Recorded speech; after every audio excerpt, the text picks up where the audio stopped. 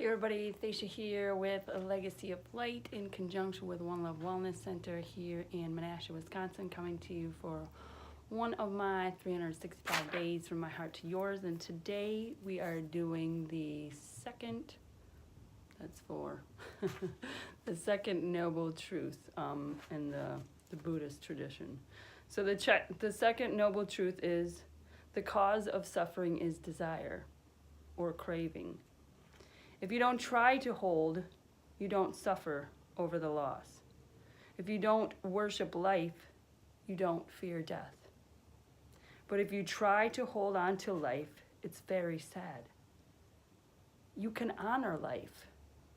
But if you try to hold on to life, again, it's very sad. Did you ever see a really beautiful woman like a top model who is just getting to that point where her looks are changing into what could be an internal beauty if she hadn't been so busy with her external beauty? She is caught in the beauty of time, which withers. And yet, we've all touched people who are so beautiful as beings that we never noticed whether they are physically beautiful. It's like an eternal beauty lives within them. How poignant. Well, if you attach yourself, if you crave temporal things, beauty, possessions, achievement, anything, that is the cause of suffering. That desire. That thinking that this thing, this way that I look, this car that I drive, this house that I have is going to bring me happiness, is going to bring me joy. And it's not. It is the cause of suffering. These desires to be and act certain ways, to be in with the in crowd, so they've said, in the past. But we are here to experience and honor life, and you can do that without having these desires, which is just going to cause you pain and suffering, because you don't believe that everything that you have and need and desire is within you. So when we put it outside of us, when we desire these things that we think will bring us joy, it is just going to cause us pain and suffering. And, they talked about the people and beings that you know, people that you have met, that you aren't even concerned with what they look like, because they just exude this energy of love and of life and of honor. Because not only are they honoring themselves first, that translates into honoring you and everything that you are. So when we honor who we are and accept who we are in this lifetime, then we can honor and accept everyone around us, and we don't have these desires or these judgments because of the desires. And then that just causes suffering. We can be free from all of that. We can be free from desire. We can be free from this pain. We can be free from suffering if we choose to. Each one of us has that choice, to make that choice. Do I want to continue suffering? I desire this thing. I desire this. Which just brings you back to suffering. But we can be free. We can let go of our attachments to these things, and our attachments to the very thoughts that any of these things can bring us happiness. Now, it's okay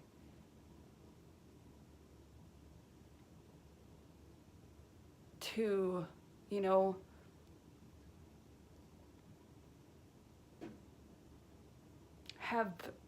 have goals and have things that you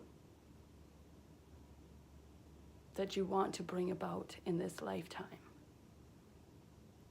And these things, if they are heart-centered, are your truth, are your divine expression that you can bring forth. And if the other stuff comes with it, that's fine. If it doesn't come with it, that's fine. And that's the whole point, is that this desire or these cravings that I have to be a millionaire, I have to have this car, I have to have this, otherwise I can't be happy, I can't find joy. That is, it's ultimately slavery and suffering. And we don't have to if we choose not to. And that's the whole thing, is that we have free will. So it is our choice in every situation, in every moment, whether we suffer or we thrive or we survive. What do we want? And you get to choose. And, like I said yesterday, and I've said before, like, we get to choose at every moment. And if you're suffering, just stop and go a different way. Try something else. Listen to your heart. Listen to your gut. Listen to the things that are telling you that maybe you don't want to be in that situation. Maybe this is just for you to learn to stand up for yourself. And then once you can do that, that translates into your reality, so that the things around you literally change. And your DNA literally changes, because you've made this decision to move from suffering into thriving, into letting go of attachments to everything. And as I said, it's not just the negative, it's like what we view as positive as well. When we let go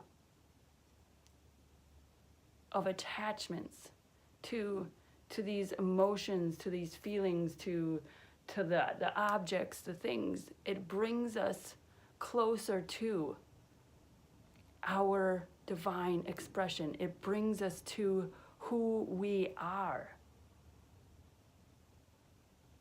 Because who we are is not attached to the things of this world. We came to experience them, yes, and to learn and to grow from them, but not to be attached to them, to cause suffering. And the only one that will ever be able to cause you suffering in your whole entire life or lives every time is yourself. And once you take ownership of that, you can move past anything, because then this is me causing myself suffering. I don't want to suffer. I'm not going to anymore. I'm going to make a different choice so that the suffering ceases. And me, have control over it all. Nobody else does.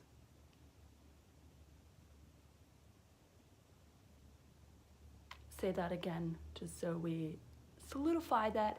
I have control over everything in my life. I get to choose.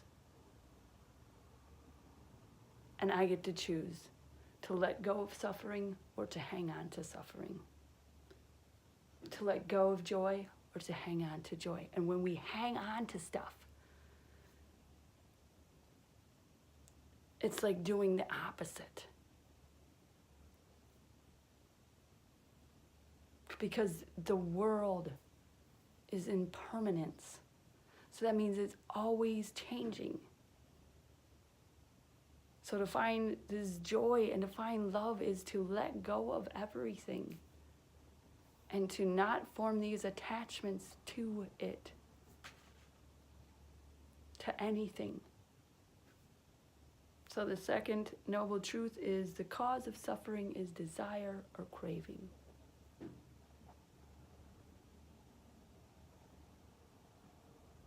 So just take some time to be honest with yourself and look at the things within your existence and to see, maybe what you can let go, what you might be desiring or craving, that you can let go of your attachment to that and just allow your divine expression, your divine existence to come forth and to just be you. Because you are eternally adored and loved for just being you. That's it, just you.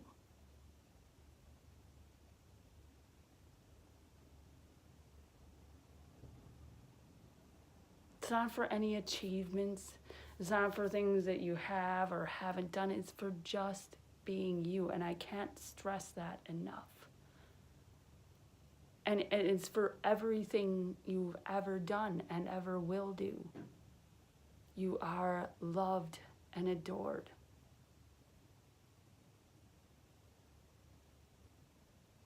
So have a fantastic day or evening or whenever it is when you're watching this, and just know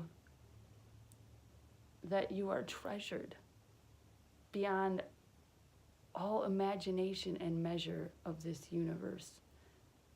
It is beyond comprehension.